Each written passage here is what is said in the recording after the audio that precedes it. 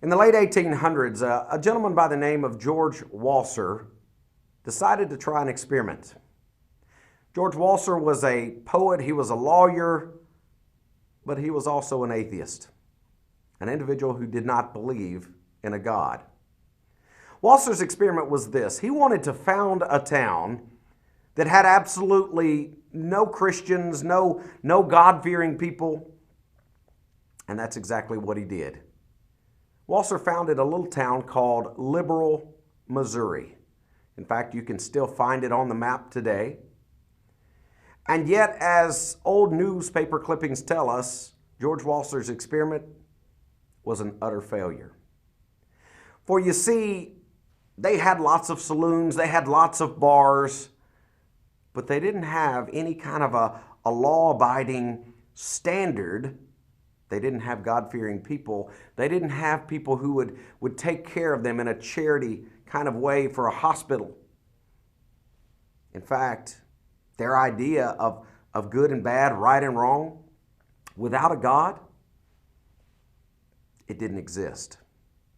So we find George Walser dying, and right around the time of his death, one of the things that was very unique in his city was they were actually begging, calling people back, that is, God-fearing Christian people, to come into that city. And if you go to Liberal today, one of the things that you'll notice is scattered throughout the little town, there are all kinds of church buildings, a testament to the need for law and order, for right and wrong. Why study ethics? I mean, how does it impact my life? Why does this study even need to take place?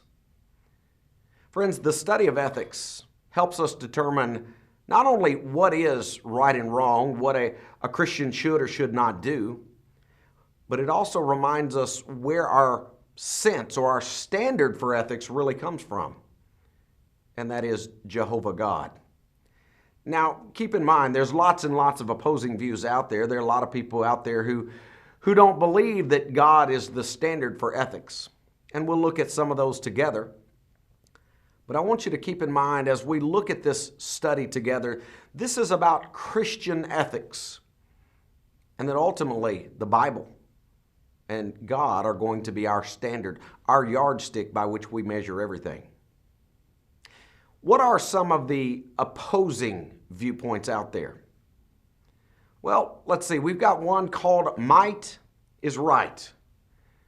Might is right. This would be an ethical view that basically justice is in the interest of the stronger party. Now, that sounds okay because maybe that party was elected, but there are some problems with that.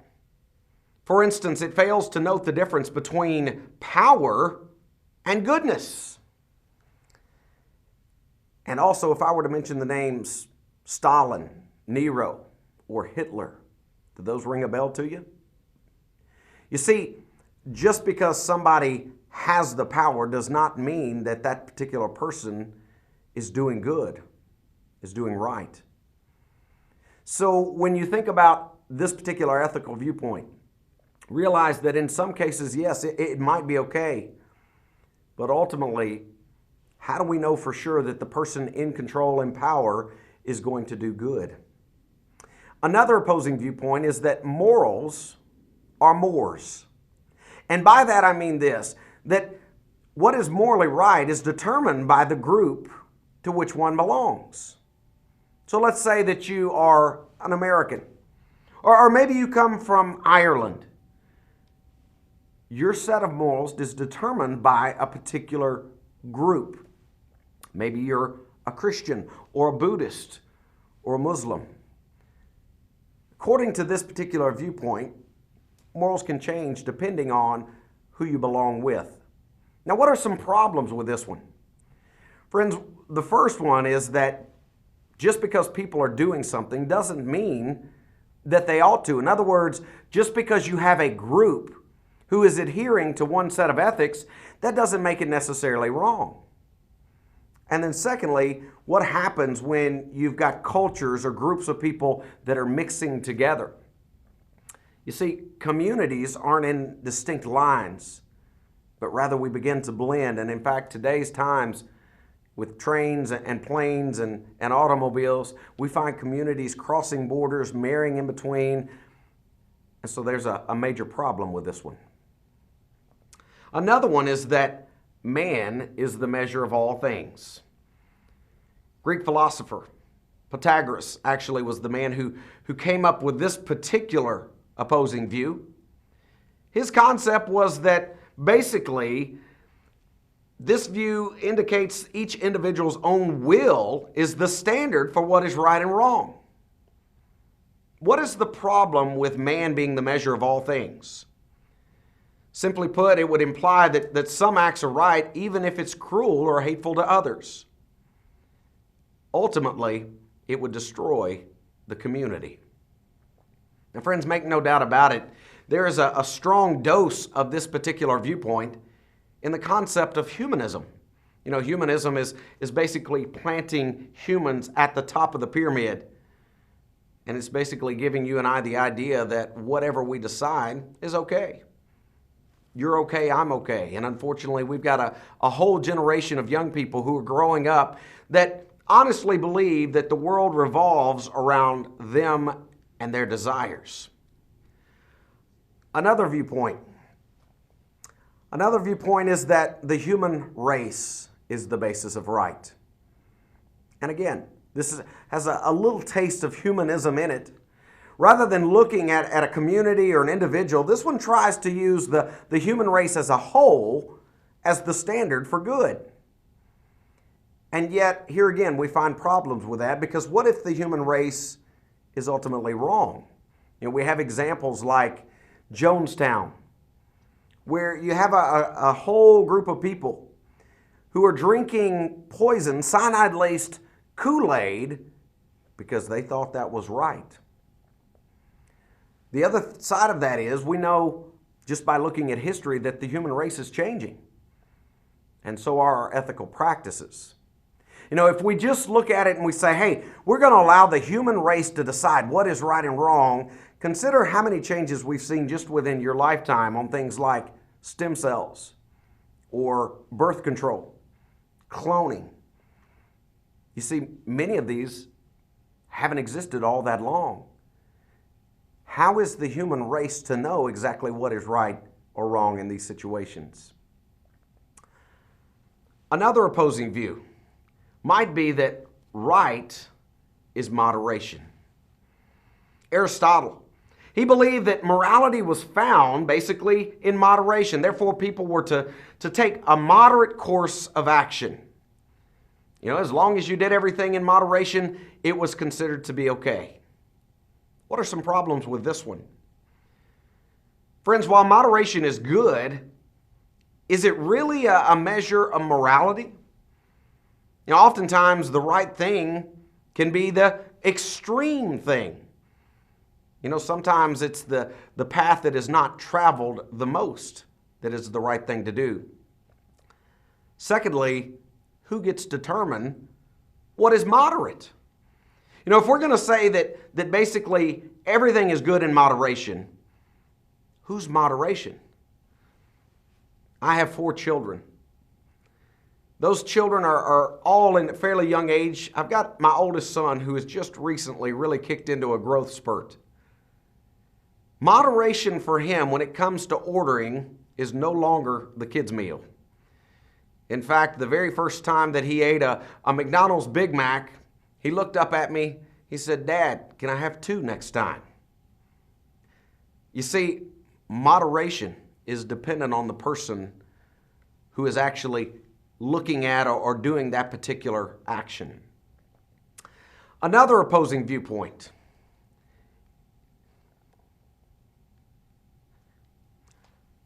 Another opposing viewpoint is that right is what brings pleasure. This springs from the Epicureans, the hedonists, who claim that, you know, if it feels good, just do it. And that basically anything that brings about pain is ultimately wrong. A couple of things we need to think about. Problems with this is not all pain is bad. Sometimes there are certain pains that help us. For instance, a chest pain that lets us know that we need to go get checked out, may need a stent to prevent a major coronary heart attack. The second point to make is what kind of pleasure should be used as the test? Are we talking about immediate pleasure? Are we talking about pleasure in eternity? You see, friends, just because something brings about pleasure doesn't make it right. I would point out, by the way, a lot of sin is pleasurable. That doesn't make it right. Another opposing viewpoint is that right is the greatest good for the greatest number of people. In other words, whatever brings about the most good for the most people. Now again, this might sound like a good standard for us to set our ethics by. And yet, let me ask you, how should good in this situation be defined? Is it good in the sight of maybe somebody named Hitler who wanted to try to perfect what he considered to be the perfect human race? Does what is morally right bring the greatest good? This particular viewpoint relies on people knowing the future. Because if a group of people is saying, okay, we're going to do this because it's good for the greatest number of people, how do we know for sure that decision is going to be good for the next generation or two? Another opposing view is that right is what is desirable for its own sake. That which is desirable for its own sake in and of itself, basically. Now, what are some problems with this one? The first one is, how do we define a morally good act? Secondly, this is easy to confuse with what is desired and what is desirable. You see, there is a difference, is there not? Just because we desire something doesn't mean that it is desirable. Another opposing view is that right is indefinable. There are a lot of people out there that would say, hey, we can't know for certain what is right and what is wrong. And in fact, in a postmodern world in which they're trying to sell the idea that there is no such thing as absolute truth, we get a lot of this. What are some problems with the idea that right is indefinable? Number one, if we can't define good, then friends, we can't define bad. And number two, just because human beings can't define what is right or wrong, friends, that doesn't mean that it doesn't exist. We need to understand that just because we think to ourselves, you know what, I really don't know for sure, that doesn't absolve us from committing a sin or a crime. It's kind of like the old adage that ignorance of the law doesn't make one innocent, does it? If I go through a school zone doing 60 miles an hour, just because I tell the police officer, I'm sorry, I didn't realize that this was a school zone, that doesn't make me innocent and probably isn't going to prevent me from getting that ticket. Friends, when we look at all of these different ethical standards, we realize they don't stand up. Oh, we can try. We can maybe even set up little cities, and we can try different experiments to have an ethical standard, but friends, ultimately good is what Jehovah God wills. Whatever action that He speaks of, whatever He commands, whatever He approves, is ultimately for our good. Thus, moral good is both ultimate and, more importantly, friends, it is specifiable, meaning you and I can know what is right and what is wrong, and that's what this study is all about.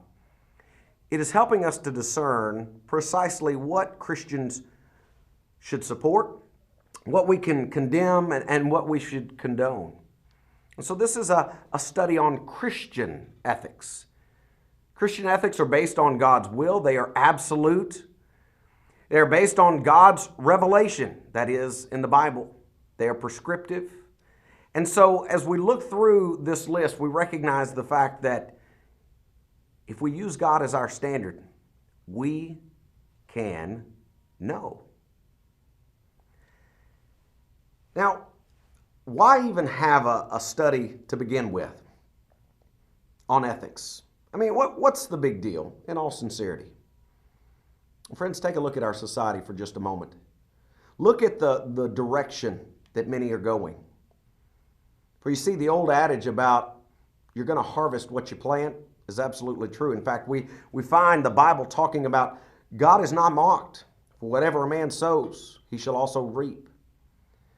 I would contend that our society has been sowing the seeds of atheism for many generations. And we're now seeing the fruits of atheism.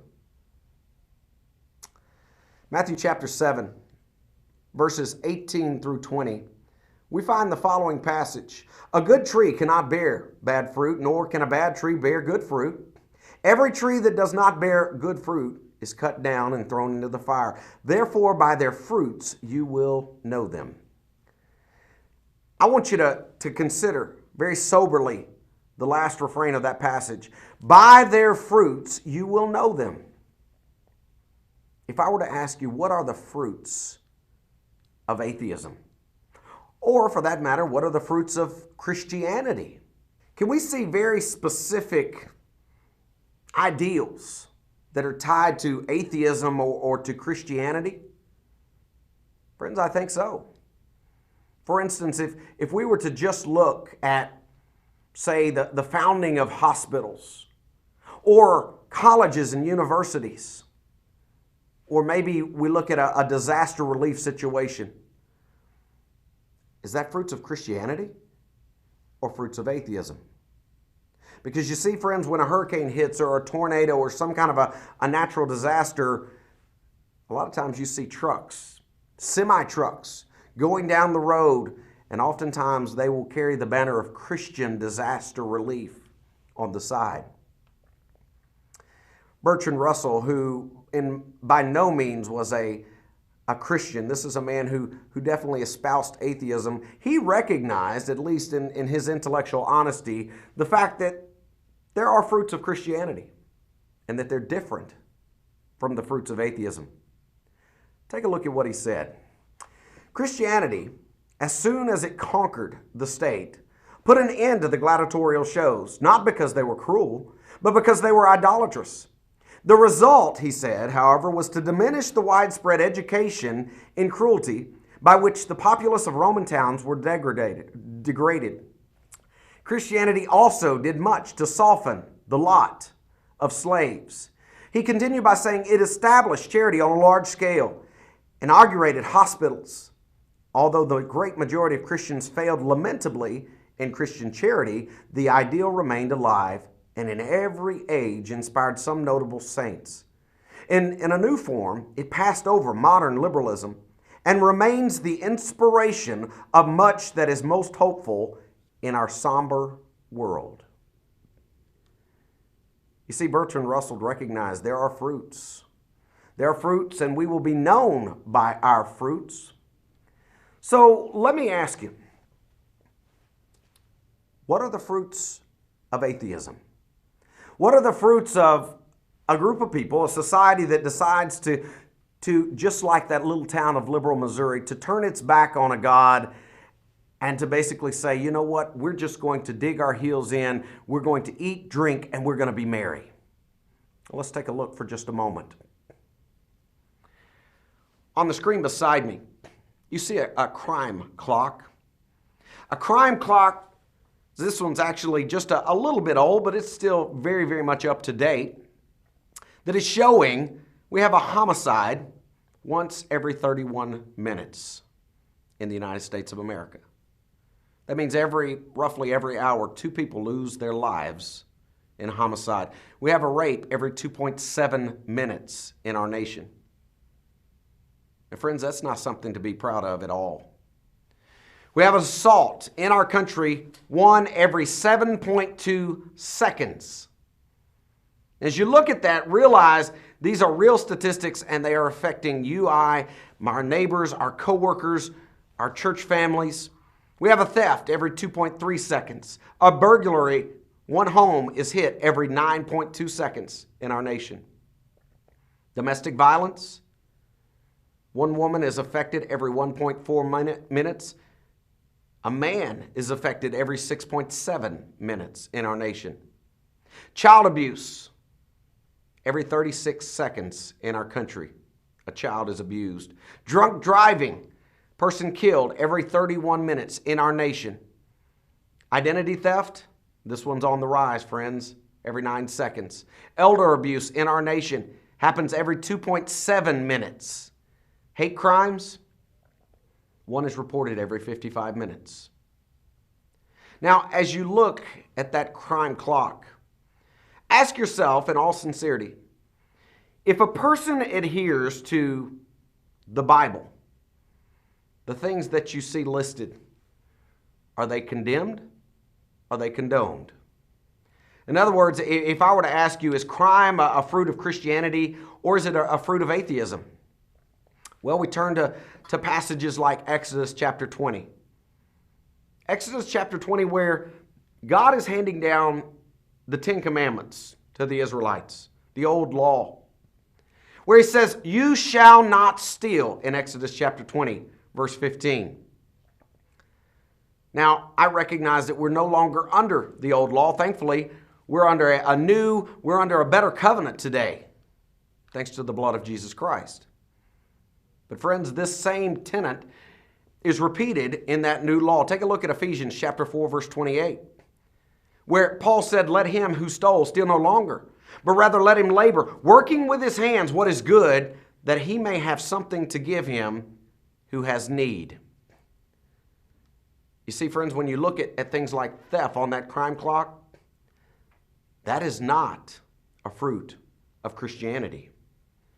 All right, what about rebelliousness? What about acting out? Is that a fruit of Christianity, or is that a fruit of atheism? Friends, atheism basically teaches somebody to leave the child alone, to do your own thing. Survival of the fittest. And yet take a look at Proverbs chapter 29, verse 15. The rod and rebuke give wisdom, but a child left to himself bring forth shame to his mother. You see, the Bible is talking about rearing up children in such a way that they will be obedient. And that a child left to himself, it's going to bring shame to his mom. Now, do we see that in our society? Folks, unfortunately, we have at least 2 generations that have basically been left to themselves. In my generation, we had to come up with a whole new word for it. It's called latchkey children.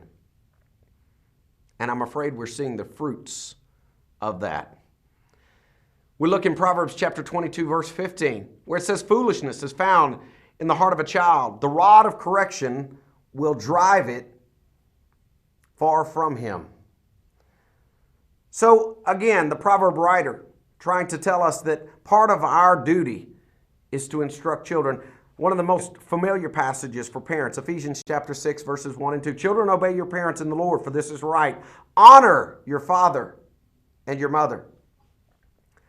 So we see over and over, the tenets of the Bible are teaching one thing and will produce one kind of fruit. Whereas the fruits of atheism are going to produce a totally different type of fruit. We look at the topic of sex, sexually transmitted diseases, premarital sex. What kind of fruits is that producing in our nation? Friends, we know that sexually transmitted diseases, every single year we've got 3 million teenagers, about 1 in 4 sexually active teens who acquire an STD in our country. 1 in 4. In fact, we know that as of today, we got epidemics in things like gonorrhea, herpes. According to the Committee on Adolescent Pregnancy, 1998, 56% of all girls had sexual intercourse before they were old enough to vote. 56%. If that weren't bad enough, 73% of boys were equally sexually active. Now, as you think about that, ask yourself again, sexual activity, while it does occur, is that a fruit of God's word or is that a fruit of man's own desires? Right now in our country, we've got 134,000 new cases of syphilis every single year. We've got 1.3 million new cases of gonorrhea every single year. Folks, the fact of the matter is, we're experiencing the highest infection rate in 40 years of syphilis. And yet, I would attest to you that is not the fruit of Christianity. We turn back to Exodus, where we just were for a moment. God handing down the Ten Commandments, he says, thou shalt not commit adultery. Exodus chapter 20, verse 14. And again, this thought is basically permeated all throughout the New Testament. We could look at 2 Corinthians, Matthew 19, Ephesians 5, where fornication and adultery are condemned repeatedly throughout God's Word. So as you think about the ethical standard that we're looking at, what our kids are learning, where are they really getting it? I want you to read with me a quote from Aldous Huxley. Aldous Huxley lived roughly, about almost 100 years ago now, about 85 years ago. He wrote a book called Ends and Means, in which he said, I had motives for not wanting the world to have meaning, consequently assumed that it had none, and was able without any difficulty to find satisfying reasons for this assumption. For myself, as no doubt for most of my contemporaries, the philosophy of meaninglessness was essentially an instrument of liberation. The liberation we desired was simultaneously liberation from a certain political and economic system and liberation from a system of morality. We objected to the morality because it interfered with our sexual freedom. Folks, how telling is that? Just because something goes against what we want to do does not mean it's wrong. I invite you to join us as we study ethics together.